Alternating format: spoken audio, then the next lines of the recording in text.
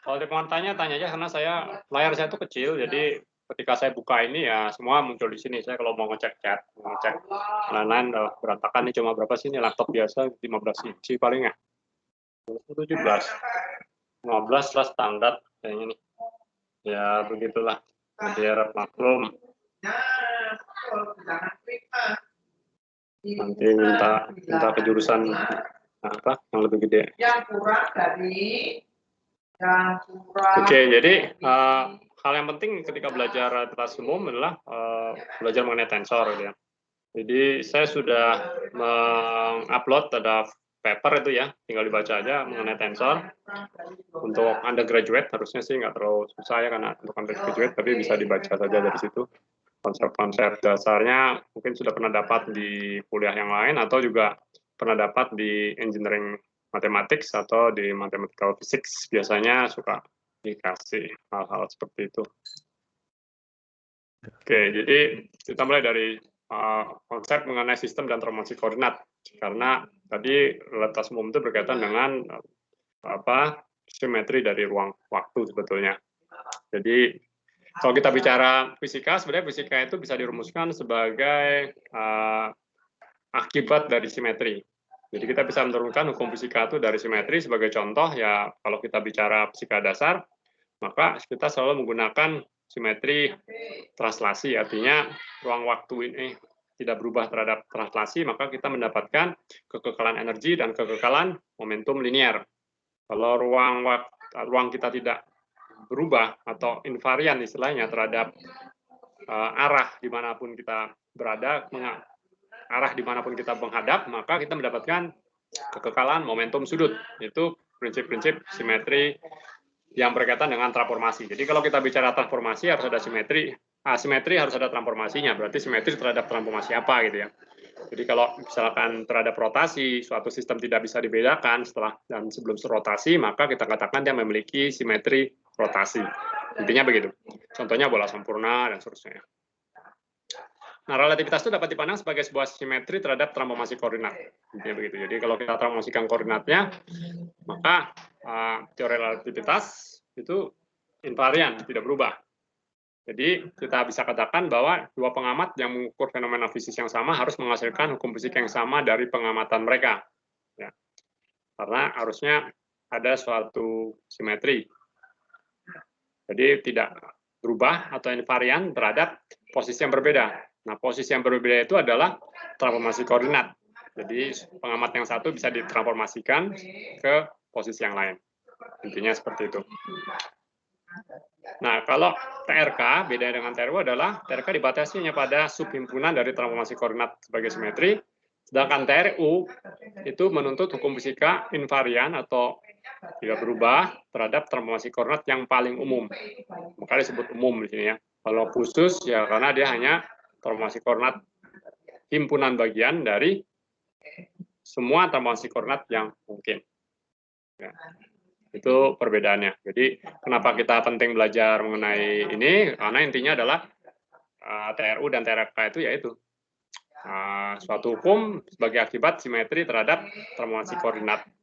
Kalau TRK, transformasi koordinat khusus, yaitu yang kita sebut dengan untuk sistem kerangka inersial. Dengan TRU, transformasi koordinat yang paling umum, sangat umum sekali.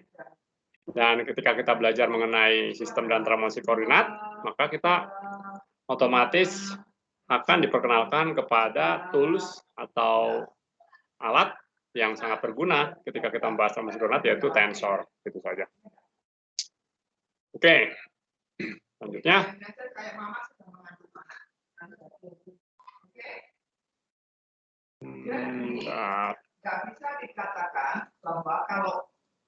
Nah, yang kita kenal biasanya adalah sistem koordinat di ruang Euklidian, yaitu ruang datar, istilahnya Euklidian dari si Euclid. Jadi kalau Euklidian seperti biasa kita punya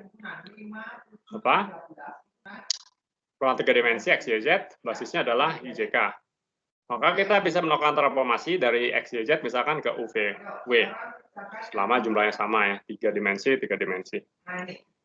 Jadi X adalah X UVW, Y adalah Y UVW, Z juga sama, dan biasanya kita asumsikan bahwa transformasinya invertible, artinya kita bisa cari dari UVW adalah XYZ, demikian juga kalau diberikan XYZ kita bisa balik menjadi UVW. Itu asumsi kita. Contoh paling sederhana adalah ini mungkin tahunya adalah transformasi koordinat dari koordinat Kartesian ke koordinat bola, ya, spherical, koordinat polar bola, ya, sebutnya. Jadi intinya transformasi koordinat di sini yang kita lihat adalah secara pasif. Pasif artinya apa? Artinya kita memiliki dua skema untuk melabel titik di ruang datar yang sama. Jadi titiknya sama, kita punya satu titik, cuma titiknya sama, ada titik P di sini misalkan, tapi dipandang dengan dua cara yang berbeda. Tapi ini menggambarkan titik yang persis sama di sini. Intinya seperti itu. Jadi kalau kita gambarkan itu satu, ini Nah. dua, ini tiga. Nah, yang di luar ini. Nah, dalam membahas mengenai suatu posisi di dalam ruang, dalam hal kita ini ruang 3 dimensi, maka kita berbicara mengenai vektor. Ya. Biasanya elemen dari ruang disebutnya vektor X, Y, Z gitu ya. Nah, bagaimana menggambarkan vektor? Biasanya cara yang paling elegan dan paling mudah dalam tanda kutip itu kita gambarkan dengan vektor-vektor basisnya. Jadi ruang vektor itu terdiri dari vektor-vektor. Kalau kita tanya berapa jumlah vektor di ruang vektor, tentunya tak hingga. Nah, dari yang tak hingga itu, tapi kita bisa bagaimana kita mendefinisikan suatu ruang vektor A dan membedakannya dengan ruang vektor B. Kalau kita melabel semua anggota vektornya, maka tidak mungkin, karena di dalam ruang vektor ada tak hingga vektor.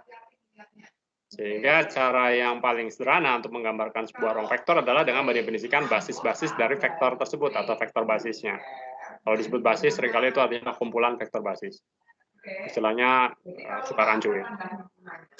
Jadi, vektor basis adalah vektor yang menggambarkan atau kumpulan vektor yang menggambarkan suatu ruang vektor intinya. Nah, kalau kita gambarkan vektor basis itu dengan kita tinjau suatu titik, misalkan titik pada satu ruang dengan koordinat U0, V0, W0. Maka untuk mendefinisikan vektor basis itu adalah kita tinjau 3 permukaan, yaitu U sama dengan U0, V sama dengan V0, W sama dengan W0. Harus ingat ya, jadi kalau misalkan X sama dengan 0 itu adalah bidang X. X sama dengan 0 adalah bidang YZ. Kalau Y sama dengan 0 itu adalah bidang X. Z. Kalau Z sama dengan 0 itu adalah bidang X, Y. Nah, kalau itu adalah konstanta ya tinggal digesernya bidangnya. Jadi kalau kita punya bidang-bidang permukaan dengan koordinatnya konstan, lalu kita cari perpotongan dari dua permukaan tersebut, maka permukaannya akan membentuk garis atau kalau di ruang lengkung jadi kurva gitu ya. Jadi kurva. Nah, kurva-kurva itu bisa kita gunakan nanti untuk menentukan vektor basisnya. Jadi, sebagai contoh, kalau kita punya R, itu adalah posisi vektor dari suatu titik di dalam ruang, dinyatakan dalam X atau UVW, gitu ya, X, Y, Z atau UVW, kita tuliskan seperti ini. Maka, kalau kita pilih U-nya konstan, atau V-nya konstan, atau W-nya konstan, maka ada dua parameter yang tidak konstan. Misalkan kalau U-nya konstan, maka V dan W adalah jadi parameter. Karena kita punya dua parameter, maka dia jadi permukaan. Ya. Kalau kita pilih dua yang konstan, misalkan U dan V-nya konstan, W-nya bervariasi, maka kita punya satu parameter bebas, yaitu W, sehingga dia melabel atau menyatakan suatu kurva.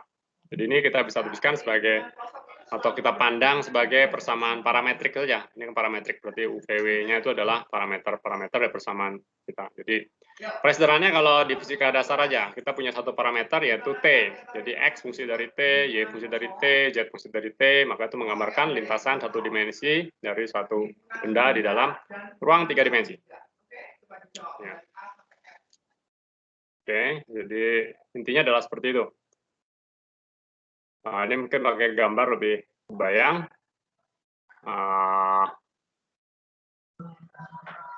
Ya, seperti ini ya. Jadi ini dalam ruang apa? Kartesian. 3 dimensi, X, Y, Z. Jadi ini Z sama dengan 0 adalah bidang yang horizontal ini ada bidang vertikal, ini pada titik P adalah X0, Y0, Z0. Jadi bidang vertikalnya adalah X sama dengan X0. Jadi kalau kita perpotongkan Z sama dengan Z0 dan X sama dengan X0, maka kita dapatkan kurva yang paralel dengan sumbu Y. Ini adalah vektor salah satu, bisa kita pilih nanti sebagai vektor basisnya. Kalau di dalam koordinat bola juga sama, kita punya R sama dengan konstan adalah kulit bola ini R sama dengan konstan, kita punya apa lagi? Theta sama dengan konstan. Ya, kalau theta konstan berarti ya yang kerucut ini, kerucut semua. Kalau V sama dengan konstan berarti adalah bidang yang membentuk sudut V terhadap sumbu X. Misalnya kita perpotongan antara theta konstan sama R konstan, maka kita dapatkan lingkaran di sini.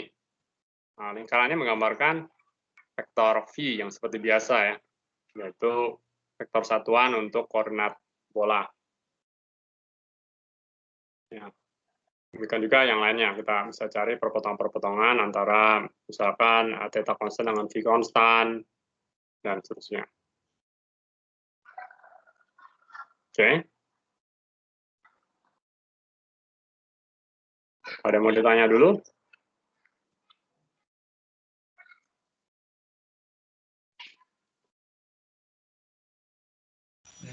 Pak, Ya.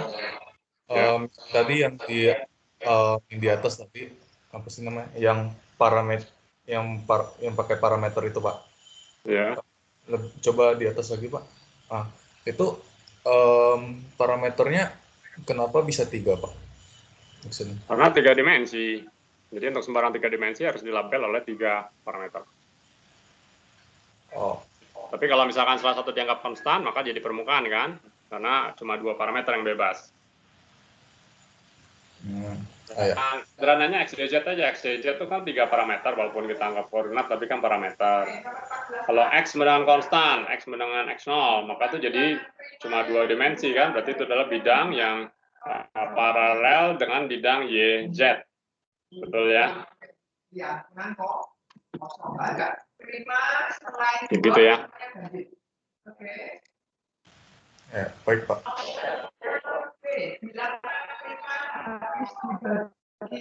Oke. Nah, kita banyak menggunakan kalkulus nanti di ruang vektor. Oleh karena itu kita bisa harus tahu bagaimana melakukan turunan dan seterusnya. Tetapi tujuan dari sini adalah bagaimana kita mendefinisikan nanti apa yang disebut dengan basis atau vektor basis. Jadi untuk mendefinisikan vektor basis itu adalah perubahan dari koordinat atau dari vektor. Untuk menyatakan perubahan dari vektor R di sini, maka kita harus melakukan turunan parsial. Jadi, turunan R terhadap arah U, V, atau W. Nah, turunan parsial dari vektor posisi R terhadap koordinat U atau V atau W, maka itu disebutnya adalah vektor tangen atau vektor garis singgung atau tangent vektor terhadap kurva yang melewati titik P yang dilabel oleh entah U, V, atau W yang kita akan turunkan terhadap R atau R diturunkan terhadap vektor tersebut. Jadi misalkan seperti ini, kita punya sembarang vektor R. Bagaimana R berubah kalau U-nya berubah? Maka kita dapatkan definisi do R, do U kan.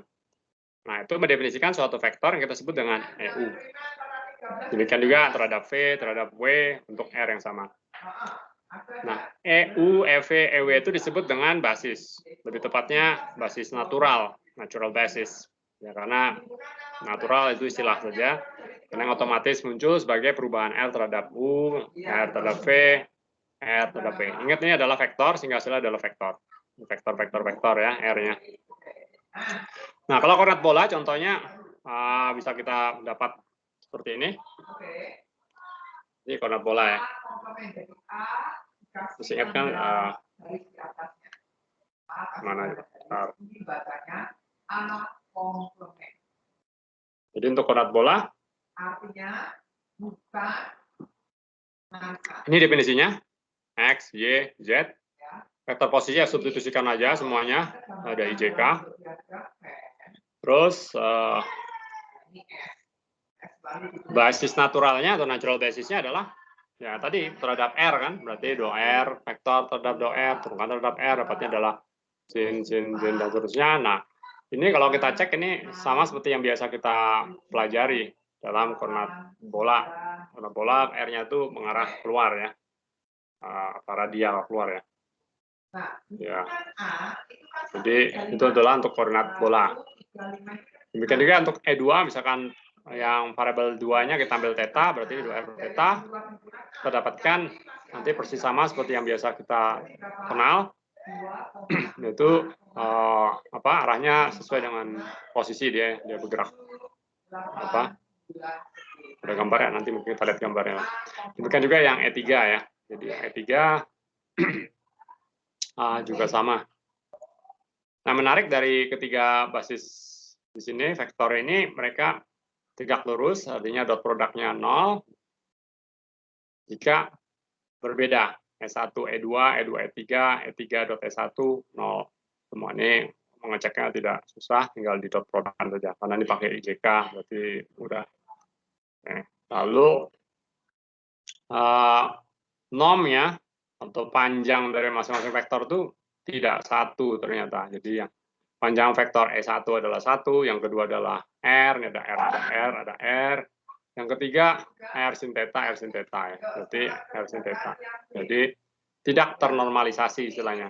Kalau kita mau normalisasi, gampang kita tinggal dibagi dengan panjangnya ya. Jadi kalau kita bagi dengan panjang vektor atau norm, maka kita dapatkan vektor yang ternormalisasi, sehingga kumpulan vektor di sini sekarang pakai topi untuk membedakan dari yang tidak ternormalisasi, itu disebut himpunan vektor basis yang ortonormal. Orto artinya tegak lurus, normal artinya ternormalisasi. Itu adalah konsepnya. Jadi ini gambaran tadi ya, berarti yang ER-nya adalah ke sana, seperti biasa. Ini E theta-nya tergantung posisinya. Tangen terhadap lintasan di sini. Ini juga tangen terhadap lingkaran di sini menghasilkan FI. Ya, kalau ada yang mau tanya dipotong memang. Oke. Jadi walaupun sering diasumsikan bahwa basis natural adalah ortogonal, tapi kasus yang lebih umum biasanya tidak ortogonal ataupun ternormalisasi. Jadi jangan salah, kita membahas kasus yang untuk koordinat ortogonal, tapi kalau koordinat non ortogonal, ini basis-basis tidak harus ortogonal atau tidak harus tegak lurus. Ya. Nah, jadi kita bicara natural basis, basis natural, tapi ada juga namanya dual basis atau basis dual. Jadi basis dual itu adalah basis dual terhadap yang natural tadi. Jadi basis dual, kita asumsikan seperti sebelumnya lagi, X, Y, Z, dilabel oleh UPW gitu ya, atau transformasi antara X, Y, Z, dan UPW bisa dibolak-balik. Dan tadi kita bisa membangun basis di satu titik P kan dengan garis normal ya. Jadi garis normal artinya garis normal tadi garis tangen ya, sorry. Garis tangen terhadap kurva yang dibentuk oleh perpotongan dua buah permukaan. Tapi kita juga bisa membuat basis dengan garis normal terhadap permukaan. Nah, mungkin kalau dari tadi tidak terlalu terlihat bedanya, bahkan sama persis kan. Jadi titik perpotongan antara dua permukaan tersebut akan menghasilkan kurva yang kurvanya itu adalah tegak lurus terhadap permukaan misalkan U sama dengan nolnya. Tetapi dalam kasus yang umum itu belum tentu sama. Jadi yang kita lihat di sini adalah kita bisa mendapatkan garis normal gitu ya. Jadi kalau garis normal itu ini ada permukaan. Normal itu ya ini normal ya, tegak lurus. Nah, ini garis normalnya ya, saya ambil kata. Ya, disebut garis normal. Nah, sekarang kita membuat diagram P. Kalau tangen tadi ya, berarti kita punya dua permukaan, diperpotongkan, lalu dapat garis tangennya ya. Tebal banget sih. Nah, kita belajar diagram P. Ya. kira-kira seperti itu. Jadi kalau susah gambarnya, lihat yang tadi aja ya. Oke. Nah, dari teori kalkulus yang kita pelajari di semester 2 di TPB, kita tahu bahwa kalau kita punya permukaan U sama dengan konstan, oke, jadi U sama dengan konstan, misalkan U sama dengan U0 di sini, misalkan ini U sama dengan U0, maka ini gradien dari U itu adalah apa? Masih ingat? Itu adalah vektor normal terhadap permukaan U sama dengan 0. Jadi kalau kita punya permukaan di sini, maka ini adalah gradien dari U. Ya. Ini misalkan adalah permukaannya adalah apa? Ini adalah U sama dengan konstan ya.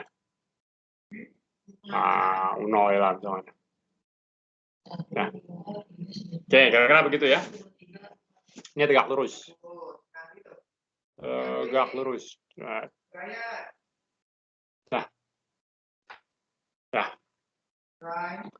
Jadi kira-kira seperti itu. Demikian untuk yang gradien V, gradien W itu berkaitan dengan ini. Nah, jadi kalau kita tadi menggunakan garis tangen, kalau masih ingat yang apa variasinya. Jadi kalau garis tangen itu karena di mana?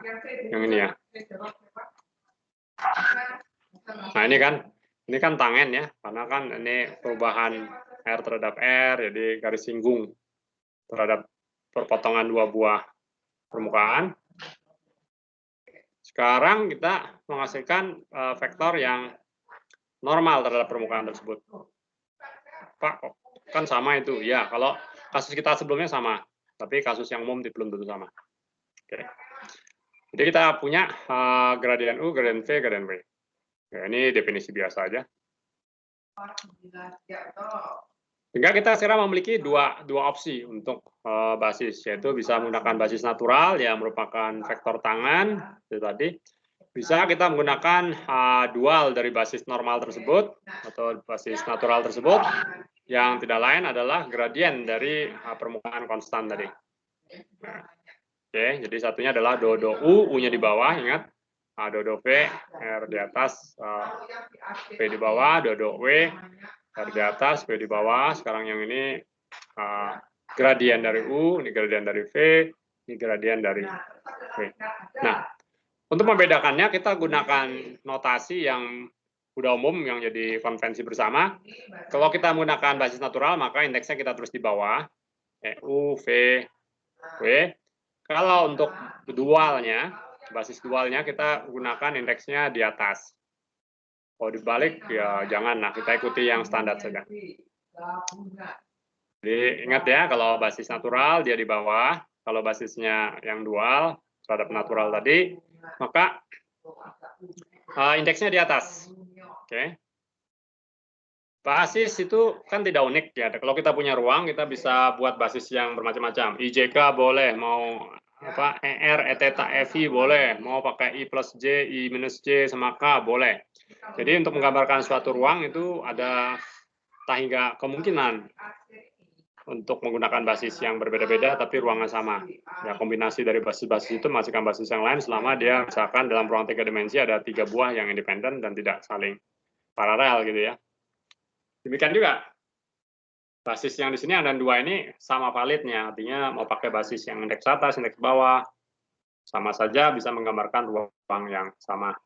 Tapi kegunaannya tentu berbeda. Kenapa kita pakai IJK, kita nggak pakai sembarang yang ada sudut-sudutnya, karena memang mempermudah. Nah, demikian juga dengan yang ini, konteksnya nanti dalam perhitungan akan terlihat bagaimana ini memainkan peran dalam perhitungan kita, hingga kita mengkhususkan kepada basis natural dan basis normal, dual dari basis natural tersebut. Nah, maka disebut natural karena memang secara otomatis, secara natur ya muncul sebagai vektor tangan tadi. Jadi kalau untuk sistem koordinat ortogonal, kedua basis hanya berbeda panjang, kadang-kadang sama bahkan. Maka kalau dinormalisasi maka sama persis. Jadi untuk yang ortogonal ya, ortogonal itu pasti sama persis sistem koordinat ortogonal. Jadi contohnya untuk apa? Yang Kartesian tuh jelas sama. Kalau perpotongan dua bidang dengan misalkan perpotongan bidang apa x konstan, y konstan itu sama saja dengan arah vektornya sama dengan vektor normal terhadap bidang z dengan konstan, gitu ya, misalkan seperti itu. Tapi untuk yang bola juga sama. Untuk sistem koordinat yang non ortogonal, kedua basis tersebut biasanya berbeda. Jadi penting untuk membedakan indeks atas dan indeks bawah. Jadi kalau dalam kasus Euclidean yang datar dan ortogonal, ini bukan hubungannya nggak ada dengan Euclideannya, tapi dengan sistem koordinat yang ortogonal, maka biasanya kita nggak terlalu pusing dengan indeks atas atau indeks bawah. Ya, intinya begitu. Ada gambarnya nggak? Ada. Mau digambar, susah nggak punya tablet. Nah, contohnya, ini contoh Fismat banget. Jadi kalau yang lupa Fismatnya, ini Fismat kapan ya? 1 apa 2 ya, saya lupa. Mengenai transformasi koordinat Fismat 2.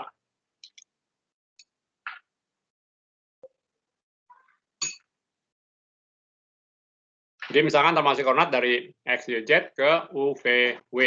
Ini adalah persamaan transformasinya. Jadi R bisa tuliskan seperti ini. Substitusi aja X, Y, Z. Basis naturalnya apa? Ya, kita turunkannya terhadap U, maka dapat EU. Ada V, dapat EV. W terhadap W, EW. Gitu. Ya, kita dapat ini ya. Jadi ini basis naturalnya. Kita lihat ini 1, 2, 3. 3 vektor. Nah, untuk mencari dualnya, basis dualnya, kita harus balik. Berarti ini U X dinyatakan dalam UV, W. Sekarang U, V, dan W dinyatakan dalam X, Y, Z. Bisa dibalik dengan cara aljabar biasa. Maka basis dualnya adalah gradien saja. Ini S1 bukan aksennya. Jadi S1 yang di atas adalah gradien dari U. Gradien dari U adalah, ini ada setengah I, setengah J ya. Gradien dari V adalah setengah I minus setengah J. Gradien dari W adalah, ini Z berarti K, gitu ya. Ini berarti 2-nya turun, dan seterusnya. Tapi kita harus tuliskan dalam UVW lagi. Sehingga kita nyatakan tadi Z-nya itu adalah K-nya tetap, tapi yang lain-lainnya kita nyatakan dalam UV gitu ya. Supaya konsisten aja, karena kita bekerja dalam koordinat UVW gitu ya. Jadi kalau dalam X, Y, dan Z nanti malah bisa dinyatakan, tapi itu adalah fungsi dari UVW. Jadi kita tuliskan dalam UV ya. Jadi intinya seperti itu. Jadi kita tahu tadi bahwa U tambah V itu apa? X, U minus V itu adalah Y. Di sini kan diturunkan 2X. Kalikan setengah berarti X. X itu adalah U tambah V. Ada minusnya di depan. Nah, kalau kita cek ortogonalitasnya, maka jelas ini tidak ortogonal. Karena E1, E2 itu tidak 0, E2, E3 tidak 0, E3, E1 tidak 0. Ya, untuk yang basis indeks di bawah, basis natural. Panjangnya juga tidak 1. E1 kuadrat adalah 2 plus 4 V kuadrat. E2 dot E2 adalah 2 plus 4 U kuadrat. E3-nya adalah, ini kebetulan panjangnya 1, E3. Tapi secara umum, normnya tidak 1, tidak ternormalisasi, dan tidak ortogonal. Jadi itu contoh.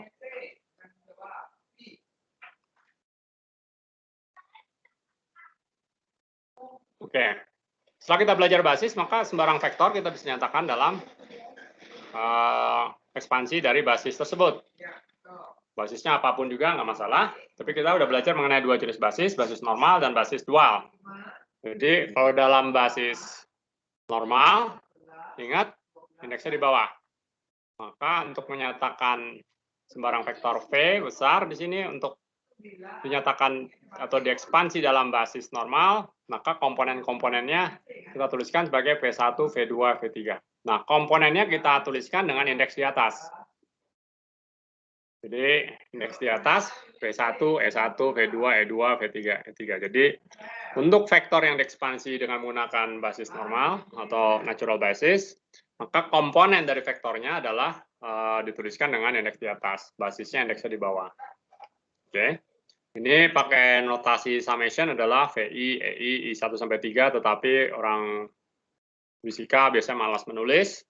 Jadi kita gunakan penjumlahan Einstein, konvensi penjumlahan Einstein, di mana indeks berulang atas dan bawah dijumlahkan sesuai dengan jumlah ruangnya. Di sini ada 3, berarti ya 1, 2, 3. Gitu.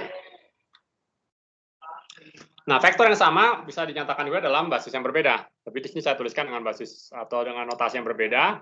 Misalnya kita punya vektor omega. Nah, omega di sini bisa dinyatakan juga dalam basis yang tadi, yaitu basis dualnya, yaitu E1, E2, E3. Nah, komponennya, yaitu omega 1, omega 2, omega 3 itu pakai indeks di bawah. Basis vektornya yang dual tadi, indeksnya di atas. Jadi, kebalikannya ya. Nah, penjumlahannya juga sama seperti biasa. Jadi, kalau dijumlahkan omega I, EI, tanpa tanda penjumlahan ini, asumsinya dia dijumlahkan. Kecuali disebut secara eksplisit, ini tidak dijumlahkan. Oke, jadi sekali lagi, indeks di atas, komponen, itu disebut dengan komponen vektor dalam basis E yang indeks di bawah, demikian juga sebaliknya. Ini komponen, omega 1, 2, 3 dengan indeks di bawah disebut komponen vektor dual. Dengan vektor, makanya vektor dual dalam basis EI. Jadi ini semacam kayak dualnya, V indeks di atas dengan omega indeks di bawah, seolah itu adalah saling dual.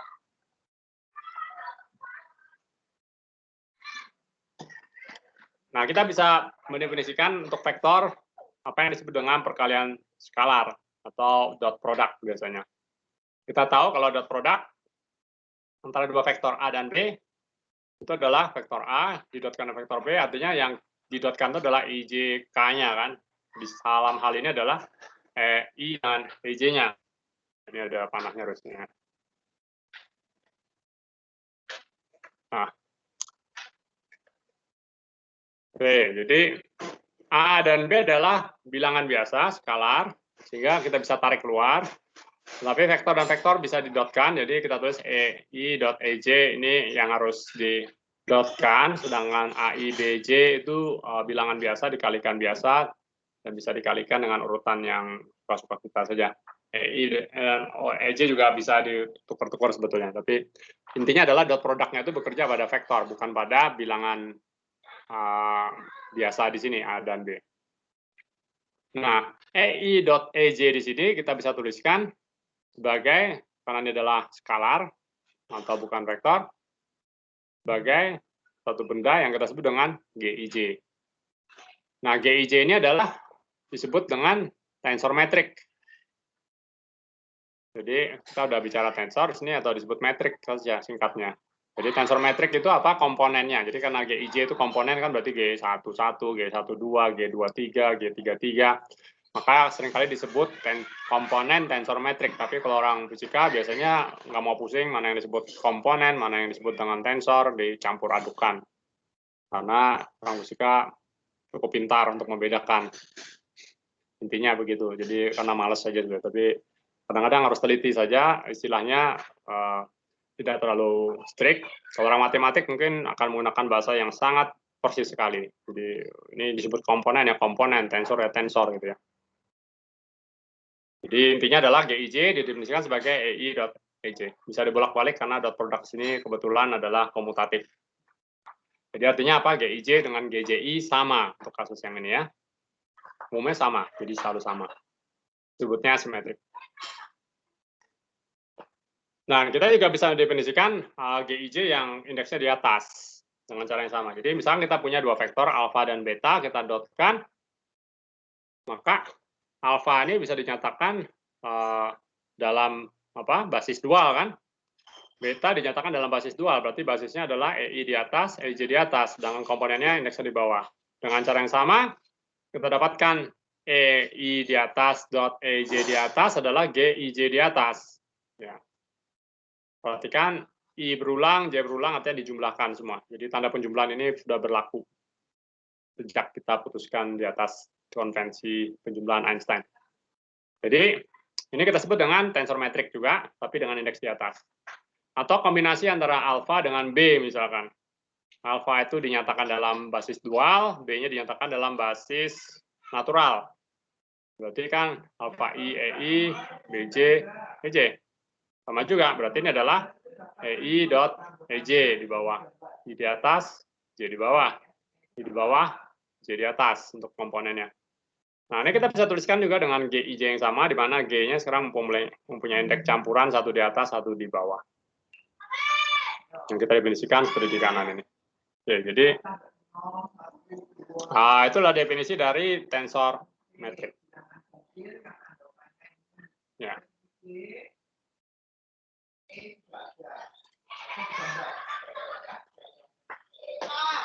Nah, ada pertanyaan dulu sampai situ?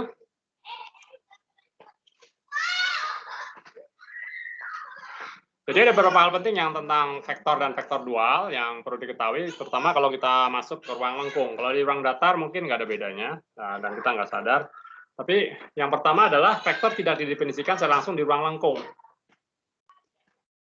Jadi vektor itu kalau didefinisikan ruang lengkung, agak aneh. Kalau kita punya ruang lengkung, bagaimana sih menjumlahkan vektor? Nggak bisa kan? Vektor tuh maunya lurus-lurus saja. Jadi kalau ada vektor sini, jumlahkan ke sini gitu ya. Jumlahkan, maka resultannya hasilnya adalah ini misalkan S. Mana cara menggambar lurus? Ya, gini misalkan. Ini resultannya ya. Ini akan lurus terus saja gitu. Sedangkan kalau kita punya ruang lengkung, ini gambaran kasar ya. Ini akan jadi aneh gitu ya. Oleh karena itu, hal yang perlu diingat pertama adalah bahwa vektor tidak didefinisikan secara langsung di ruang lengkung. Secara langsung. Artinya bukan berarti kita nggak bisa. Kita bisa aja definisikan vektor di ruang lengkung, tapi kita definisikan tidak secara langsung. Jadi ini tidak didefinisikan secara langsung. Ya. Nah, bagaimana mendefinisikan vektor? Itu didefinisikan di ruang vektor Euklidian datar pada setiap titik. Pada setiap titik. Di manifold yang disebut dengan ruang tangen. Jadi kalau di setiap ruang manifold itu ya ruang secara umum itu yang bisa datar, bisa lengkung. Paling gampang kita gambarkan dengan konsep 2 dimensi tadi. Jadi kalau kita punya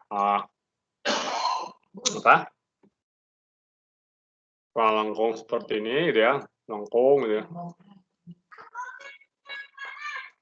Maka di setiap titik ini tentu ada ruang datarnya kan. Nah, ruang datarnya itu yang kita sebut dengan misalnya di sini. Ini ada ruang datar ya. Yang merupakan ruang garis singgung, bukan ruang garis singgung, ruang singgung. Jadi bisa bayangkan aja sama seperti garis singgung, cuma ini ruang gitu ya. Titik ini dia menyinggung di sini dan ruangnya adalah ruang datar. Disebutnya adalah tangent space. Jadi ruang apa ya? Ruang singgung aja ya, tangent space. Nah, kalau untuk vektor dual, hal yang sama juga berlaku karena sama-sama vektor aja. Tapi ruangnya disebut dengan ruang cotangent space. Kotangan, jadi ruang kosinggung. Kayaknya nggak ada istilah kosinggung, tapi istilahnya kita pakai cotangent aja. Jadi ini kedua ruang ini saling dual sama seperti basis vektornya saling dual. Jadi tangent space dengan cotangent space. Oke.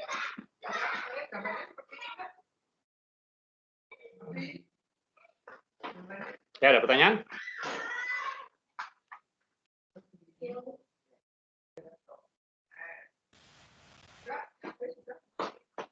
Oke, kalau nggak ada, kita lanjut saja. Hal yang kedua tadi adalah, nah, kita bisa memandang atau kita bisa mencari kaitan lebih tepatnya ya, antara vektor di satu vektor yang natural dengan dualnya. Intinya begitu ya. Jadi dual vektor dengan vektor yang biasa itu bisa kita cari kaitannya, hubungannya seperti apa. Jadi bisa dalam bahasa fungsinya itu adalah bahwa vektor dual omega di sini itu merupakan suatu fungsi atau pemetaan dari ruang vektor P, yaitu yang ruang tangennya ini, ke bilangan real.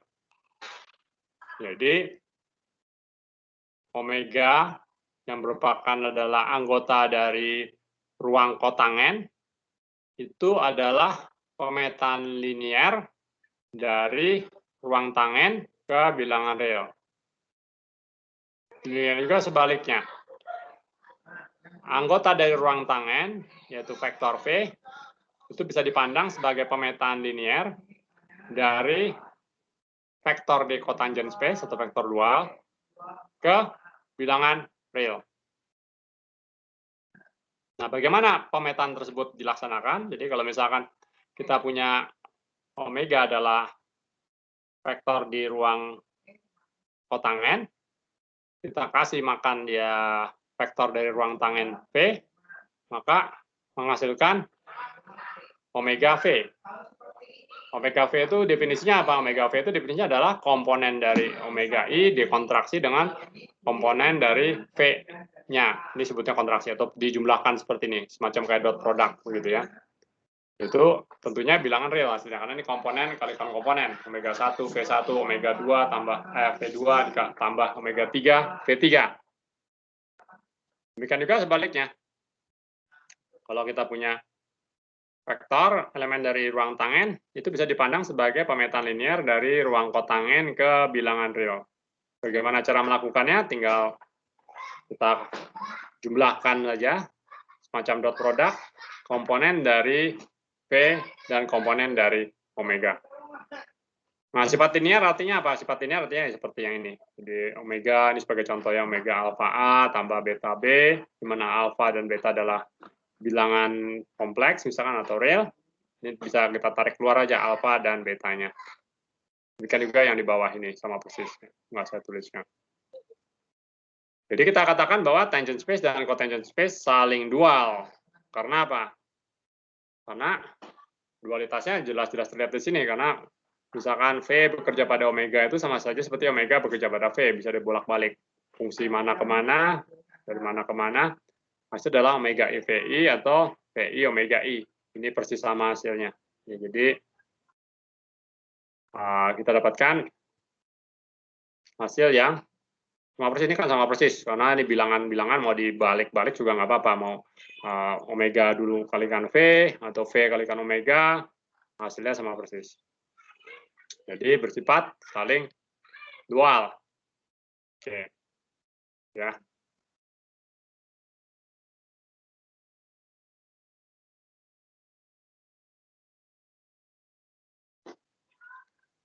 Oke, jelas?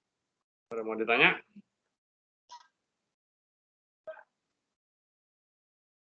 Pak, mau tanya Pak. Ya. Komitmen yang tadi pesan Bapak jelasin, kita memetakan satu. Iya, ya artinya bukan memetakan, kita mendefinisikan bahwa vektor dual itu atau dual vektor itu adalah suatu pemetaan.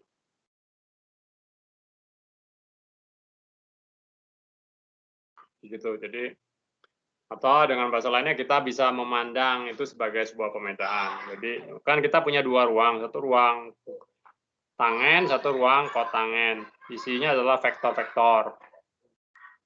Yang satu dual terhadap yang lain. Mana yang dual, mana yang bukan relatif. Tapi biasanya umumnya kita sebut yang cotangent space vektor dual. Tapi bisa kita bilang bahwa dualnya dari yang vektor dual itu ya vektor V gitu ya. Dual dari V adalah omega, dual dari omeganya adalah V, bolak-balik saja. Jadi kita bisa pandang bahwa vektor-vektor di ruang tangen itu adalah suatu pemetaan linier dari vektor kotangen ke bilangan real. Fungsi real lah. Kalau mesti ingat fungsi real, tahu kan ya fungsi real. Cuma kalau di dalam kasus satu variabel kan sangat sederhana sekali. Berarti dari X petakan ke Y gitu ya. Ada sembarang X jadi Y. Ini sama juga. Jadi ada apa?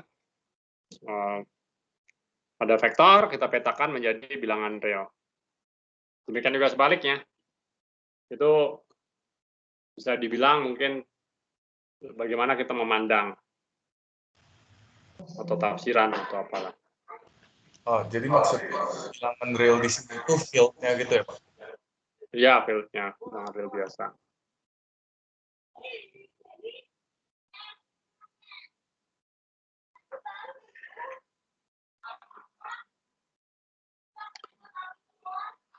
Oke, jadi yang menarik kalau kita punya ruang dengan tensor metrik, itu ada hubungan satu-satu untuk vektor dan vektor dual. Jadi untuk setiap vektor ada vektor dualnya, maksudnya begitu ya, satu-satu di sini.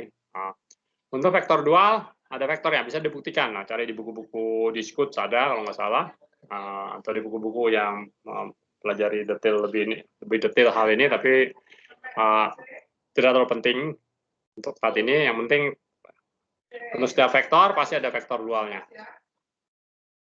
Jadi dengan demikian, kalau kita punya tensor metrik, caranya cukup sederhana secara praktis. Artinya vektor dual itu adalah vektor dengan indeks di bawah, gitu aja pokoknya. Indeks di atas adalah vektor, indeks di bawah jadi vektor dual. Karena selalu ada pasangannya kan, berarti ya kita buat dengan cara seperti itu saja melihatnya. Dan karena ada hubungan satu-satu, maka kita juga bisa menaik turunkan indeks tersebut dengan menggunakan tensor metriknya. Ya, jadi kenapa tadi untuk ruang tensor metrik, dengan tensor metrik kita bisa dapat hubungan satu-satu. Jadi kalau kita lihat di sini beberapa sifatnya. Tadi kita sudah turunkan atau sudah tunjukkan bahwa komponen dari tensor metrik itu adalah GIJ di bawah adalah IEJ, yang atas-atas, yang campuran ya atas bawah. Dan ini bisa dibuktikan ini tidak lain adalah Kronecker delta, yang nilainya adalah 0 jika I tidak sama dengan J, dan sama dengan 1 jika I sama dengan J. Ya. Ini yang mungkin perlu dibuktikan, tapi dicoba saja kalau mau buktikan, silakan buktikan ini. Jadi ini cari buku-buku aja. Kalau skala produk, ya seperti tadi ya, kita sudah lakukan juga. Oke. Lalu simetri tadi sudah kita cek, karena dari sifat dot product di sini, maka jelas GIJ sama dengan GJI, artinya simetrik. Dan kita bisa lakukan kontraksi dari yang atas sini, kita bisa baca saja, kita lihat misalkan nih GIJ AI di atas sama dengan, ini kan, AI bawah, BI di atas. Berarti kalau J-nya ditukar aja I sama J dan seterusnya, maka kita ketahui dari sini bahwa berlaku ini, bahwa misalkan GIJ, AJ, J-nya dijumlahkan, maka indeksnya turun ke bawah dengan membaca ini saja. Perhatikan, indeks berulang itu indeks dummy, jadi bisa ditukar-tukar J jadi I jadi J selama konsisten aja ya. Demikian juga sebaliknya, kita bisa menaikkan indeks, J-nya kita kontraksi, dapatlah I. Nah, proses ini disebutnya kontraksi, jadi J-nya dikontraksi, hilang, tinggal I. Ini juga sama, J dikontraksi, J di bawah naik ke atas jadi I. Dan sifat yang lain yang bisa dibuktikan juga adalah sifat ortogonalitas. Ortogonalitas, jadi kalau kita punya dua metrik, misalkan GIJ, GJK gitu ya, kita kontraksikan J-nya, atau GKJ, GJI, ini J-nya kita kontraksi juga. Ini posisi bisa dibolak-balik, tetapi yang jelas yang kita kontraksikan adalah J-nya, ini juga J-nya, maka hasilnya adalah suatu identitas atau Kronecker delta, yaitu delta IK, di mana I dan K kalau beda 0, tapi kalau I dan K sama, hasilnya sama dengan 1.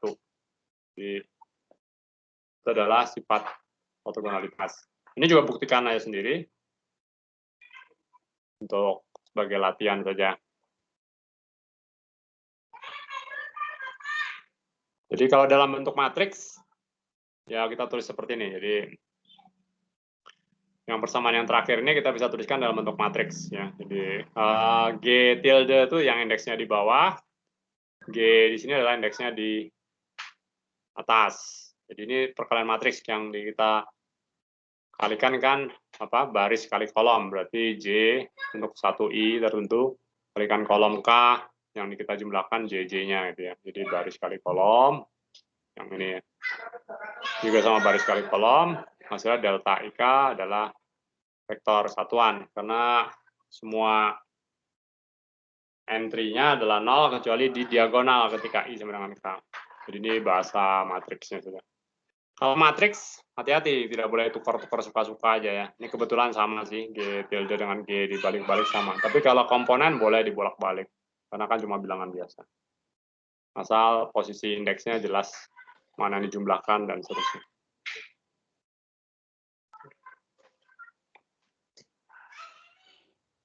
Oke.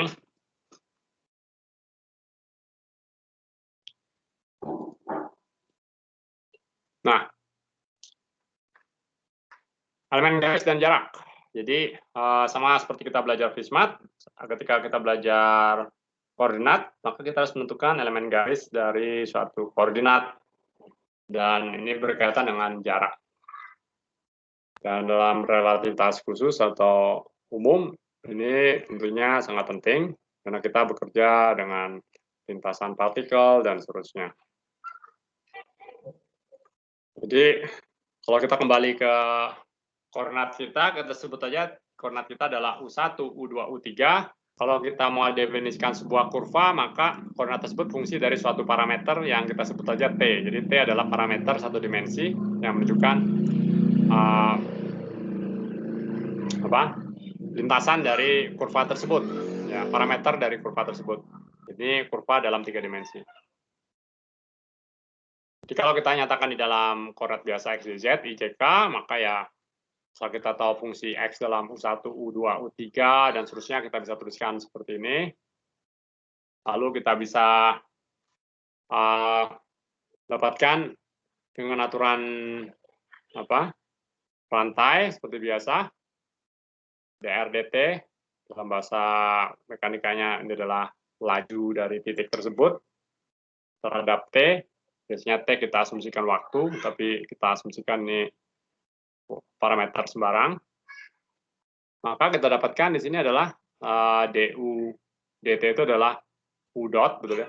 du2 dt adalah u dot 2, du3 dt adalah u dot 3. Hati-hati ini mana pangkat, mana indeks itu suka membingungkan, tapi di sini adalah indeks, bukan pangkat ya. Jadi 1, 2, 3 adalah indeks. Sedangkan kita ingat tadi do R do U1 adalah natural basis kan untuk P1, do R do U2 adalah natural basis untuk 2, demikian juga do R do U3 adalah natural basis untuk 3. Jadi ini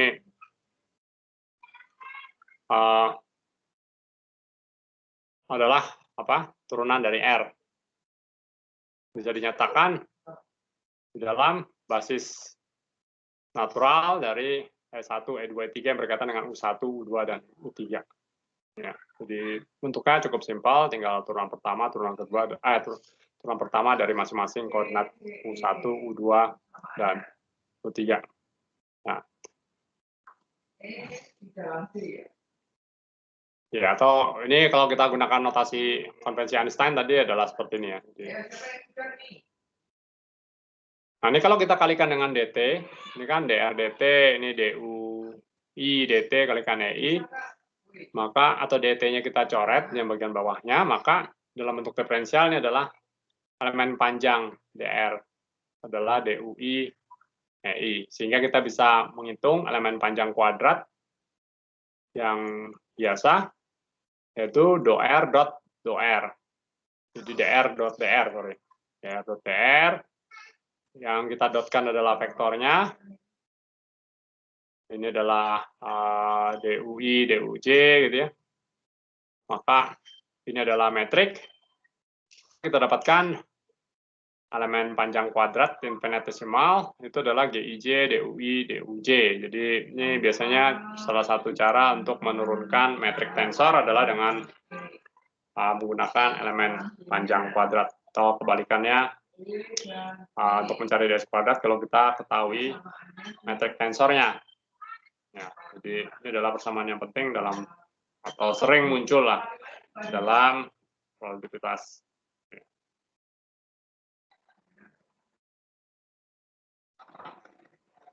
Oke, seringkali disebut dengan elemen garis infinitesimal ya, oleh metrik GIJ. Jadi ini ditentukan oleh metrik GIJ-nya. Kalau kita mau menghitung panjangnya, kita integralkan saja seperti di kalkulus.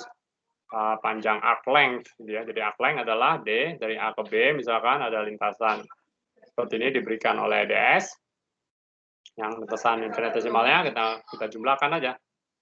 Tapi DS adalah akar dari GJ, DUI, DUJ ya. Karena tadi DS kuadrat berarti ini akarnya, ambil positifnya. Jadi tetapi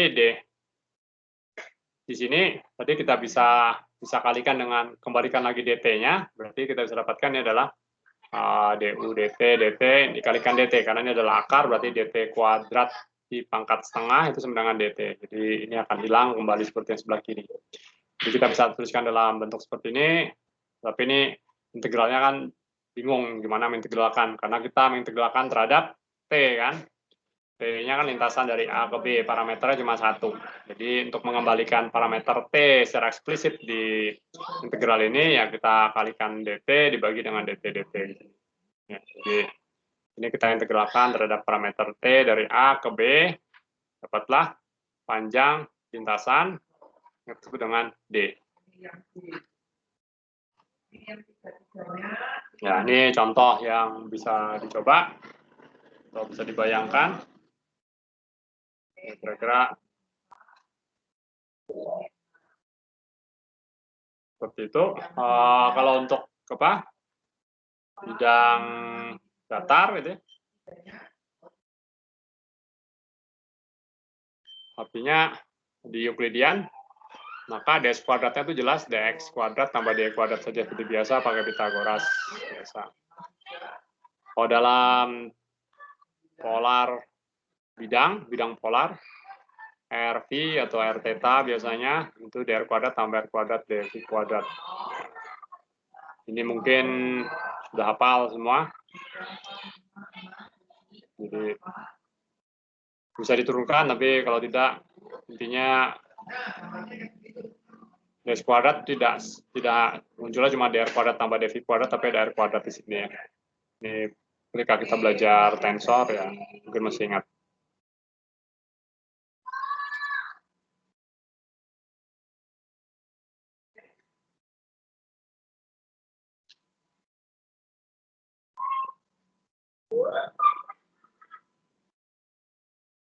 Nah, ini coba sendiri saja.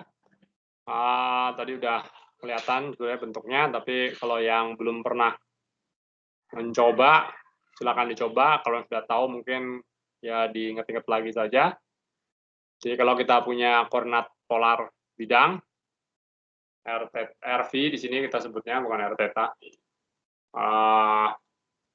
Pertanyaan adalah tentukan komponen tensor metrik GIJ dan elemen panjang kuadrat ds kuadrat dalam koordinat polar datar tersebut.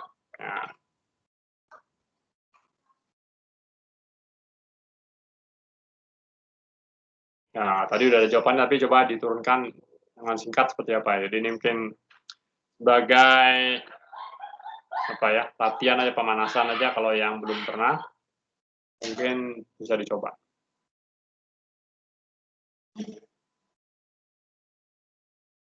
Nah, kemarin saya coba ketik saja, tulis sama ketik sama repotnya.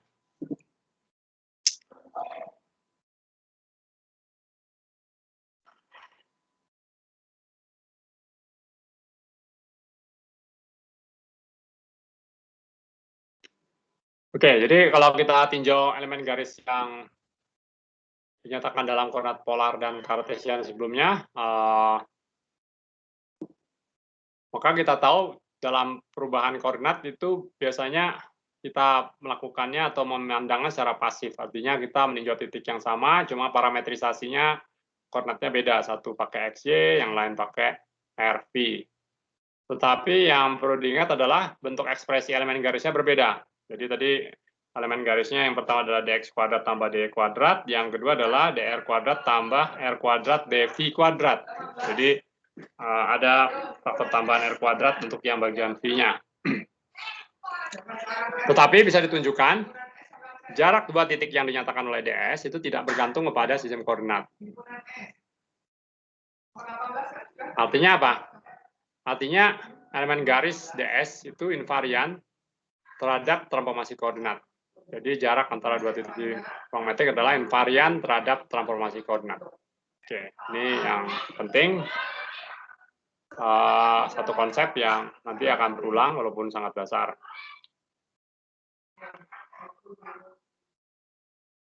Hal penting lain yang perlu diingat adalah elemen garis DS tadi yang dinyatakan dengan tensor metrik, ada GIJ-nya kan, adalah dasar adalah GIJ, DUI, DUJ gitu ya.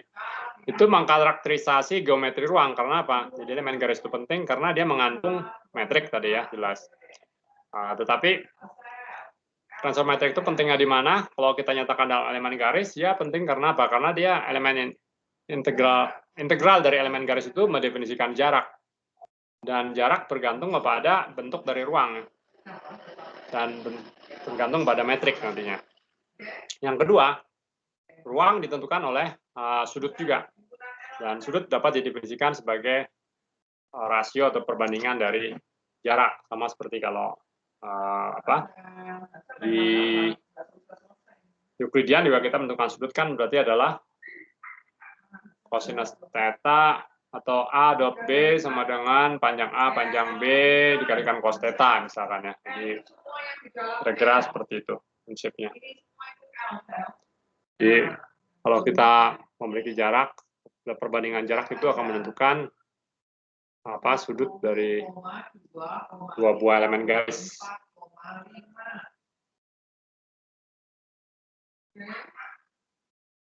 Oke. Yang B, yang hanya anggota L, Apa Brian? Nah, sekarang kita masuk ke konsep integral. Jadi integral mainkan peranan penting dalam berbagai teori fisika, pasti. Jadi penting bagaimana memahami elemen volume bertransformasi. Jadi integral biasanya pakai elemen panjang, elemen luas, atau elemen volume. Dalam koordinat Euclidean, kalau koordinatnya adalah ortogonal, dalam ruang Euclidean dengan koordinat ortogonal, ini jadi trivial. Artinya apa? Misalkan kita punya X, Y, Z, elemen volumenya adalah dx kalikan dy kalikan dz. Lalu kita transformasikan dengan koordinat ortogonal ruang Euclidean, X, Y, Z menjadi UVW misalkan. Dan biasanya itu bentuknya DU, DV, DW gitu ya, tapi biasanya ada satu faktor pengalih tertentu yang disebut dengan Jacobian. Jadi biasanya kalau ortogonal datar seperti biasa Euclidean itu tinggal dikalikan aja dengan dx dz gitu ya. Kalau misalkan ortogonal tapi curve linear itu ada satu faktor pengalih. Demikian juga untuk koordinat yang lengkung. Jadi menjadi tidak trivial, artinya tidak bisa kita langsung kalikan saja sebagai elemen volume. Jadi kalau kita punya 3 dimensi, ada 3 variabel UVW, maka elemen volumenya kita tahu bukan DU kali DV kalikan DW, tetapi ada faktor lain. Ya, mungkin sudah pernah tahu bahwa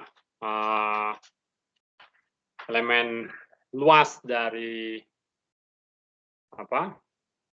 dari suatu koordinat gitu ya, misalkan kita tinjau koordinat 2 dimensi, X1, X2 dengan indeks di atas itu adalah komponennya, dan vektor basisnya adalah S1, E2, yaitu natural basis. Kita anggap sudutnya adalah theta gitu ya. Maka sebagai soal tunjukkan bahwa elemen volume dari ruang tersebut itu tidak lain adalah akar dari determinan G itu adalah metriknya dikalikan dx1 dx2.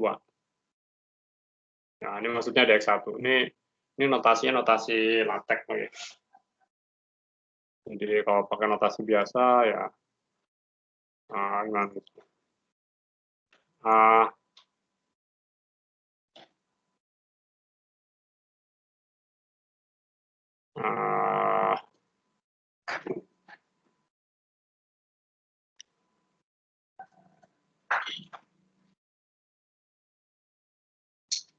Ya, kira-kira begitu ya.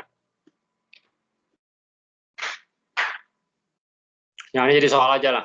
Jadi soal.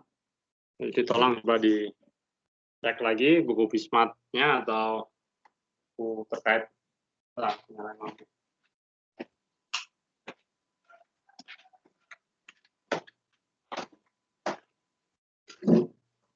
Ya, jadi udah soal 1 ya.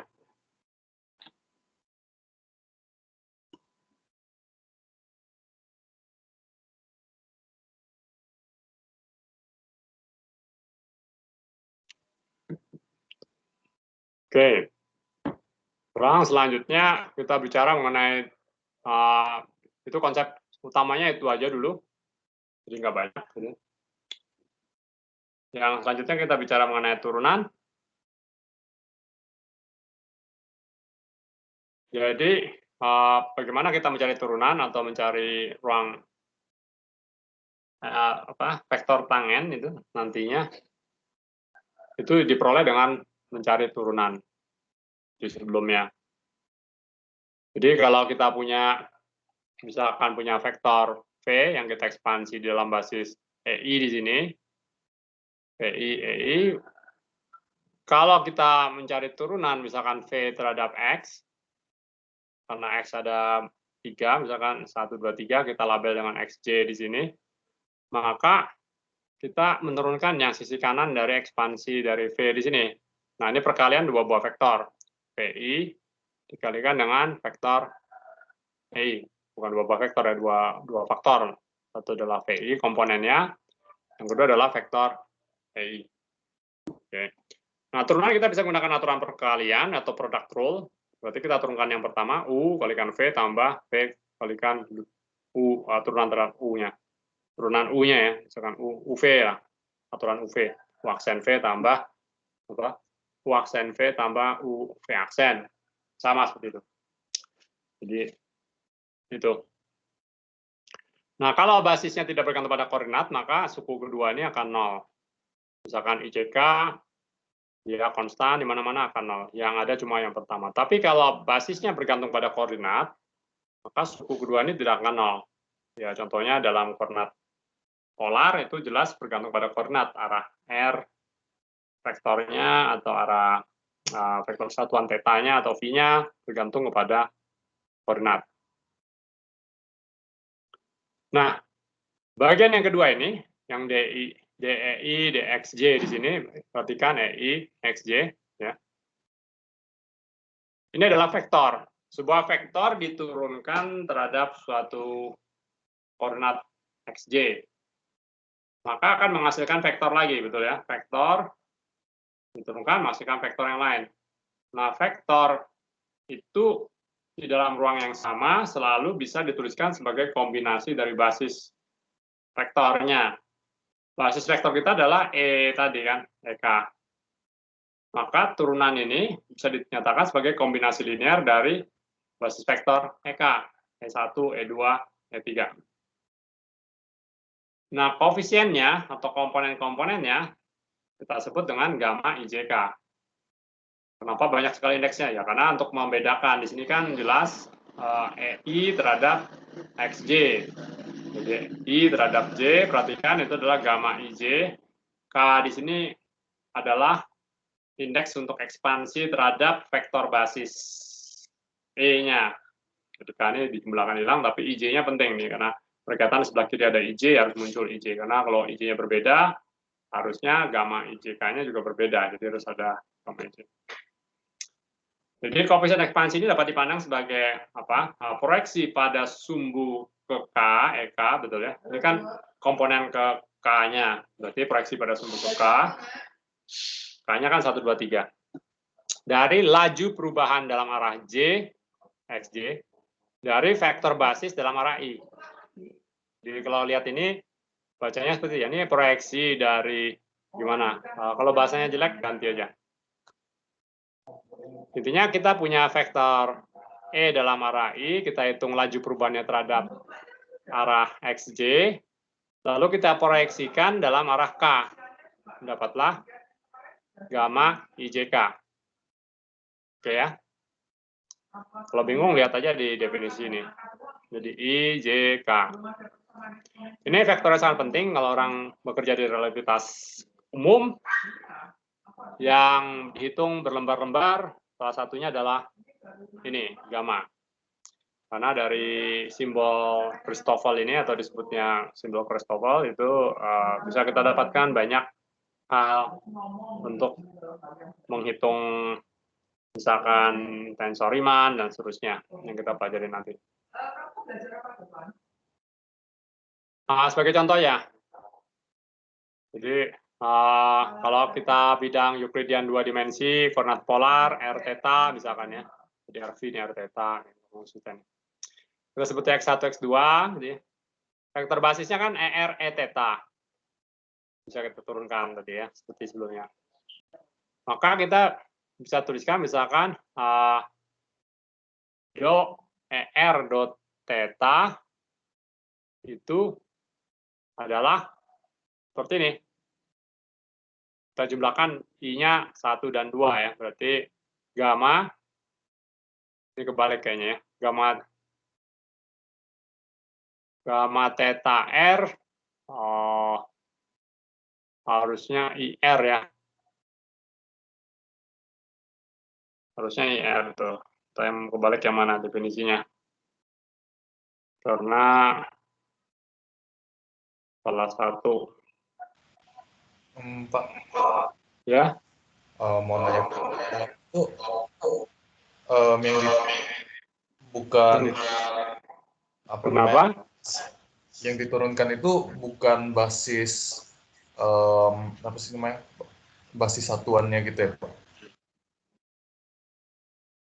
Basis satuan yang mana? Salah. Yang diturunkan ER basisnya itu ya. Basis yang biasa yang bukan satuan. Maaf, tadi ada biru. Ya. Makasih, Pak. Oke.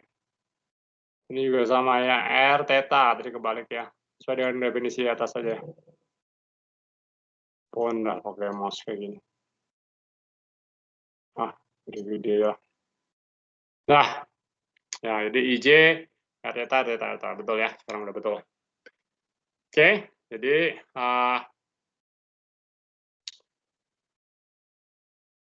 kalau kita bisa dapatkan ini, makanya tidak lain adalah gamma. Tentu bisa kita hitung ya, ini kan cuma koordinat polar biasa, kita bisa hitung R-nya apa, jelas theta-nya tahu, sin, cos apa gitu ya.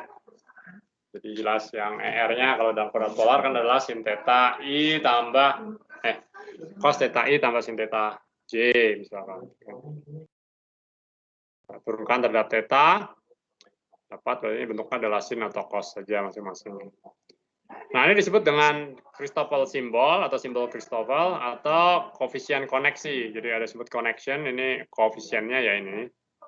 Atau sebut simbol Christoffel. Jadi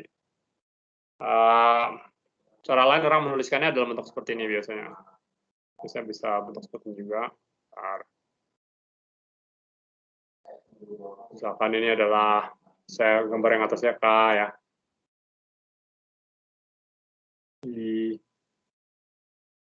Ya, ini juga sama. Ya, ini bisa dituliskan bentuk seperti ini, mirip kayak koefisien binomial, tapi bawahnya ada 2 biji.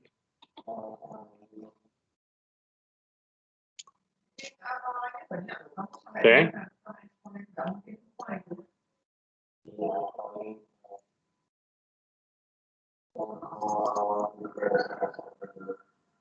Nah, kalau kita bicara geometri non-Euclidean, maka kita bicara ruang yang melengkung. Contoh yang paling sering dipakai adalah ya ini apa?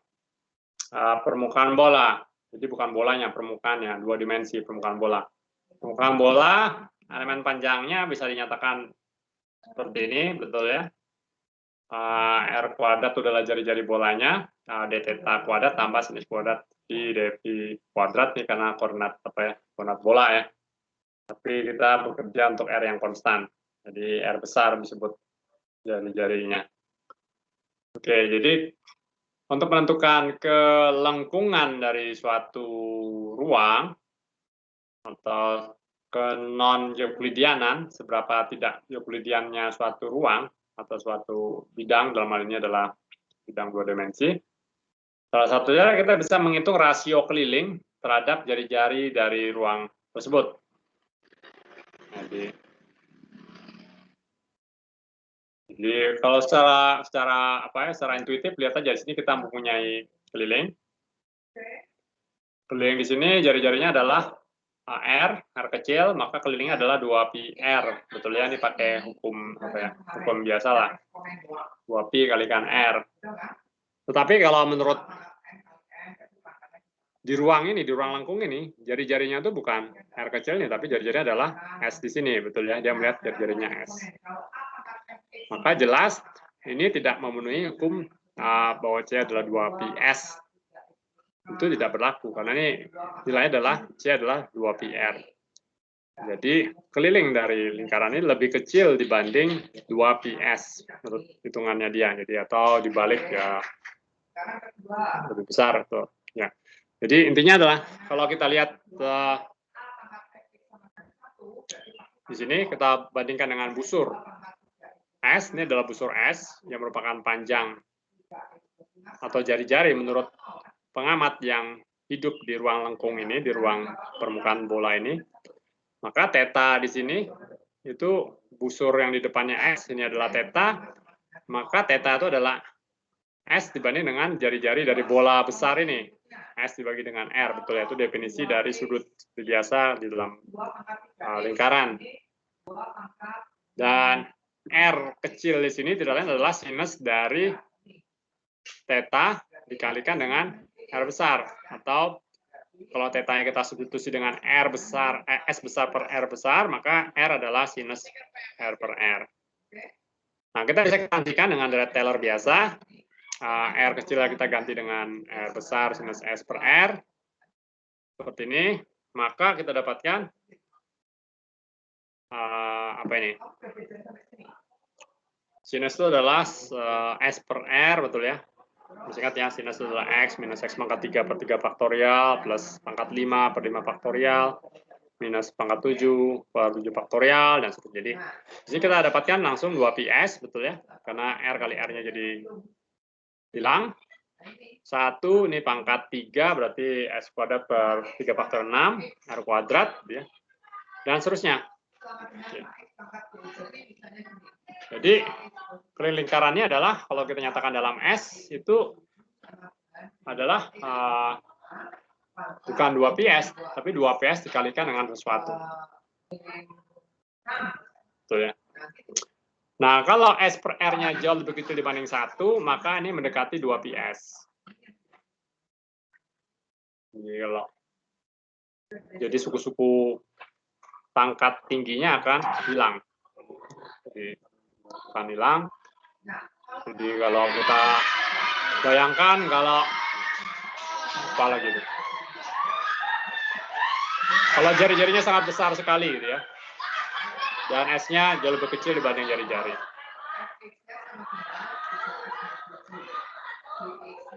Kami mangkep sih.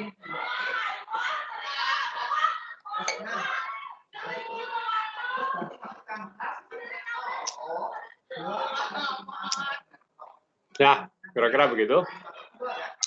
Jadi kembali seperti kasus Euclidean kalau S per R-nya jauh lebih kecil dibanding 1 ya intinya. Dengan cara yang serupa kita bisa dapatkan hasil yang sama juga, yaitu misalkan kalau kita integralkan aja lingkaran ini, keliling ini gitu ya. Kita tahu ds-nya seperti ini. R kuadrat ya pakai yang di atas tadi saja, lalu kita pilih satu lintasan seperti ini untuk satu theta tertentu. Berarti kita integralkan terhadap V-nya, betul ya, ini karena dalam koordinat bola. Theta-nya tertentu, sinus theta adalah S per R, maka kita dapatkan V-nya adalah dari 0 sampai 2π, maka kita dapatkan hasil yang sama persis. Jadi kita bisa sebutkan atau kita bisa simpulkan suatu geometri itu Euclidean apa tidak bergantung kepada seberapa berbeda dia terhadap 2πs kalau kita hitung lingkarannya. Jadi kalau lingkarannya kita hitung jari-jarinya S, lalu lingkarannya ternyata lebih kecil dibanding 2πs, maka kita katakan ruangnya itu adalah ruang lengkung. Atau lebih besar juga sama, ruang lengkung juga.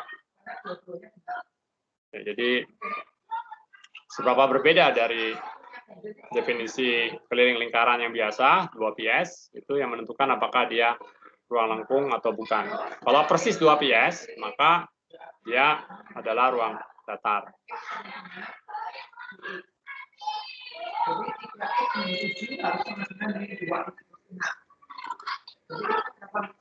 Nah, terakhir, ya pas 2 jam.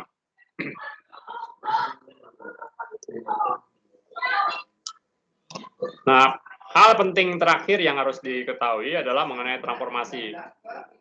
Jadi kita punya banyak sistem koordinat. Tadi ada koordinat XY, terus R theta. Ya.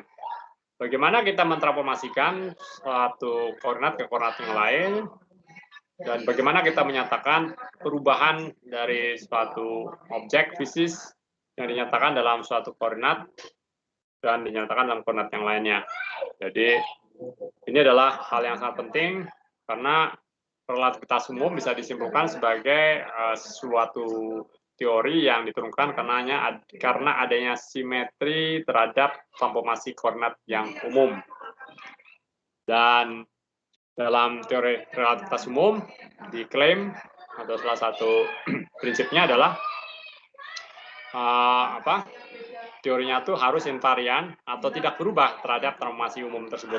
Jadi itu adalah syarat yang akan memunculkan segala macam keunikan dari teori relativitas umum.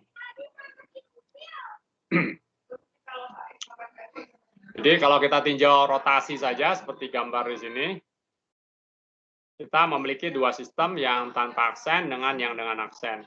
Yang dengan aksen kita rotasikan sebesar V misalkan. Ini koordinat Cartesian biasa. Kita mempunyai titik yang sama di sini, maka jelas komponennya akan berbeda. Yang pertama komponennya adalah X1, X2. Yang di dalam koordinat aksen, maka menjadi X1 aksen, menjadi X2 aksen. Dengan proyeksi tegak lurus terhadap sumbu masing-masing. Ya, betul ya. Sedangkan vektor X tetap sama di sini. Jadi, bagaimana kita menghubungkan yang X1, X2 dengan X1 aksen dan X2 aksen, itu disebutnya adalah transformasi.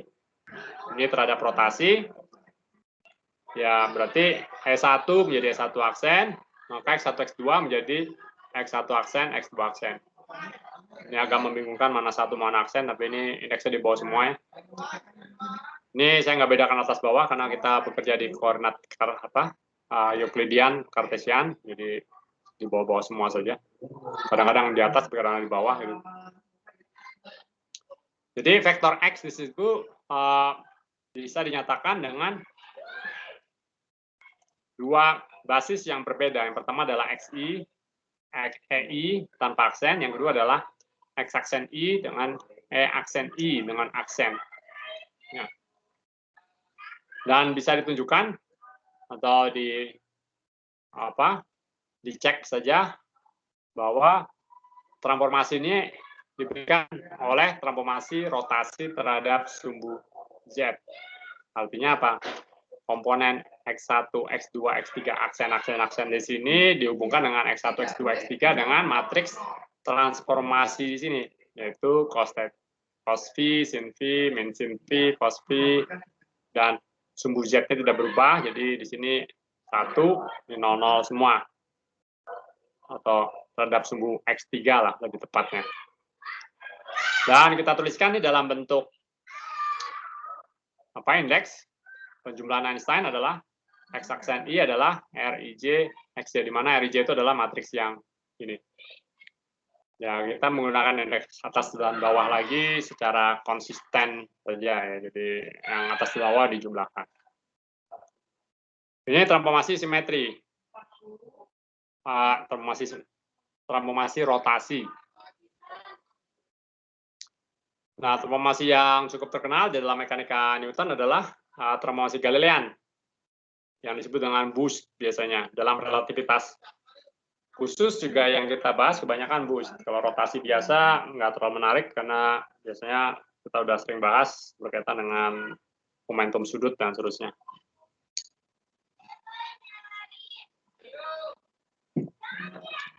Jadi di mekanika Newton juga ada boost. Tapi transformasinya bukan transformasi Lorentz, tapi transformasi Galilean. Ya, ini seperti di fisika dasar saja. Jadi kalau kita mempunyai dua kerangka inersial, yang satu bergerak dengan kecepatan V konstan relatif terhadap yang lain, maka kita bisa mendapatkan posisi relatif. Ini dalam materi gerak relatif ya, di mana X aksennya adalah X kurang VT, betul ya? Jadi X aksen itu adalah yang kalau kita punya dua, ini satu X, ini adalah yang X aksen gitu ya.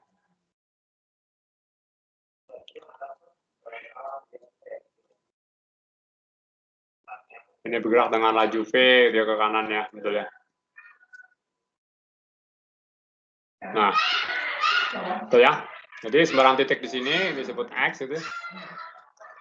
Menurut ini nilainya adalah X1, X2, X3, menurut ini adalah X1, kurangi VT, karena dia makin mundur ke belakang ya, misalkan. Tapi T dalam konsep mekanika Newton itu adalah besaran yang absolut, berarti T tidak berubah. Jadi T aksen sama dengan T.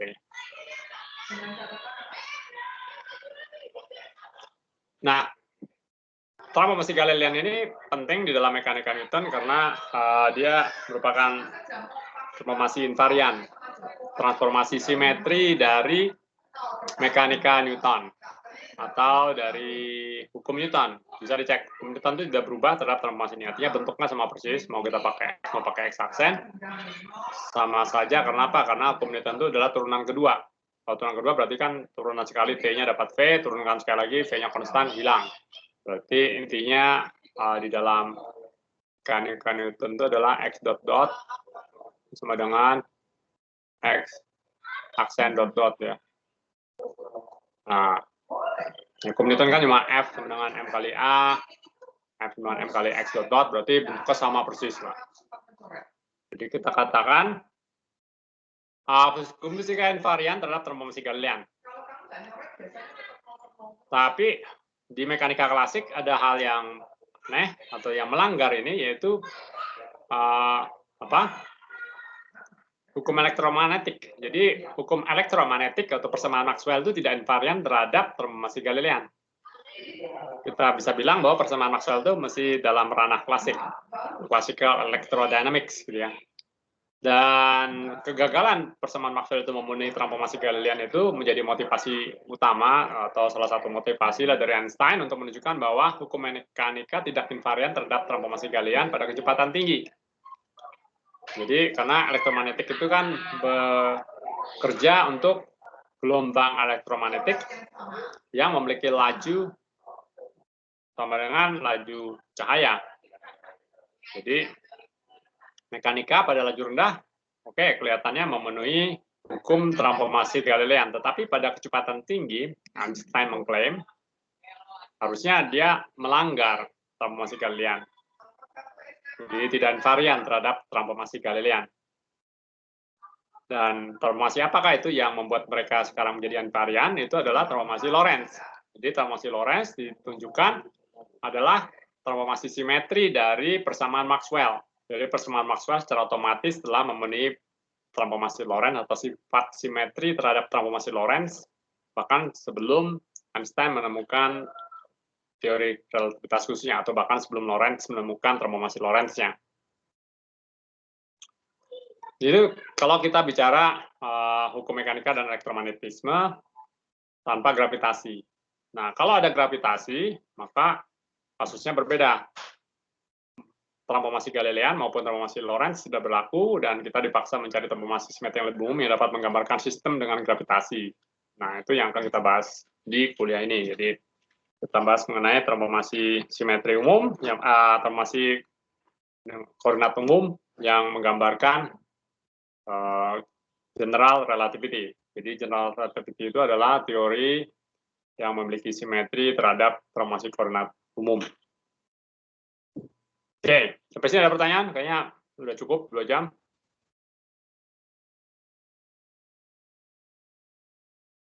Jadi, kalau mau belajar mengenai tensor, bisa dibaca di paper yang saya taruh di file, bisa akses kan ya? Baca saja, ya secara singkat gitu biar nggak usah banyak bacanya. Atau bisa baca-baca di Vismat juga ada.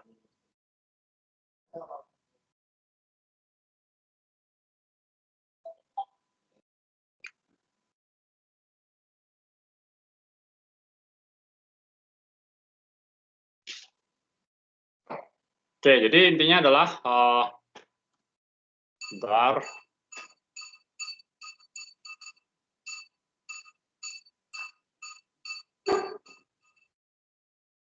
Coba.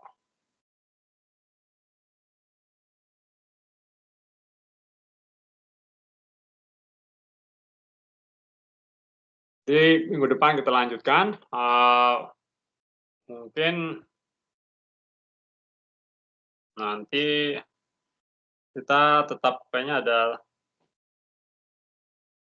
ujian gitu ya. Ujian 2 kali kayak biasa saja, terus sama project mungkin nanti kita bicarakan lah setelah minggu kedua, minggu ketiga ke depan ya.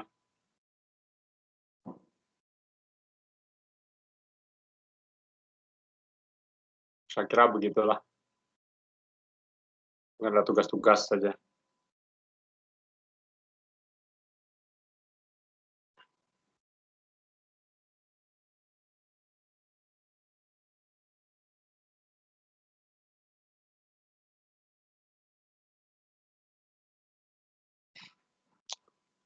Oke?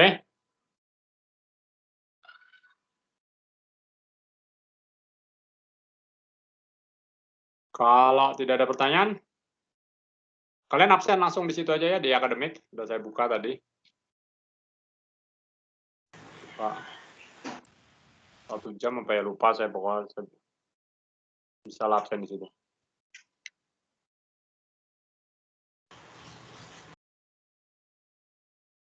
Kalau tidak ada, sampai ketemu lagi nanti minggu depan aja ya. Baik, Pak. Terima kasih. Oke. Baik, Pak. Terima kasih.